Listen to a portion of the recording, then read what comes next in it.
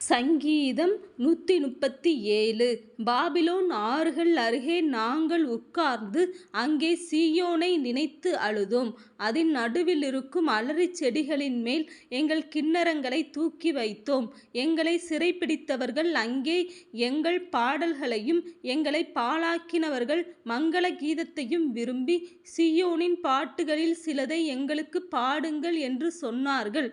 கர்த்தரின் பாட்டை அந்நிய தேசத்தில் நாங்கள் பாடுவதெப்படி? எருசலேமே, நான் உன்னை மறந்தால் என் வலதுகை தன் தொழிலை மறப்பதாக. நான் உன்னை நினையாமலும் எருசலேமை என் முக்கியமான மகிழ்ச்சியிலும் அதிகமாக எண்ணாமலும் போனால் என் நாவு என் மேல்வாயோடு ஒட்டிக்கொள்வதாக.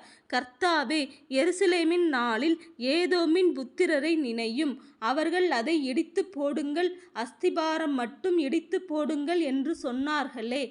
பாபிலோன் குமாரத்தியே, பாழாய் போகிறவளே, நீ எங்களுக்கு செய்தபடி உனக்கு பதில் செய்கிறவன் பாக்கியவான். உன் குழந்தைகளைப் பிடித்து கல்லின் மேல் மோதியடிக்கிறவன் பாக்கியவான்.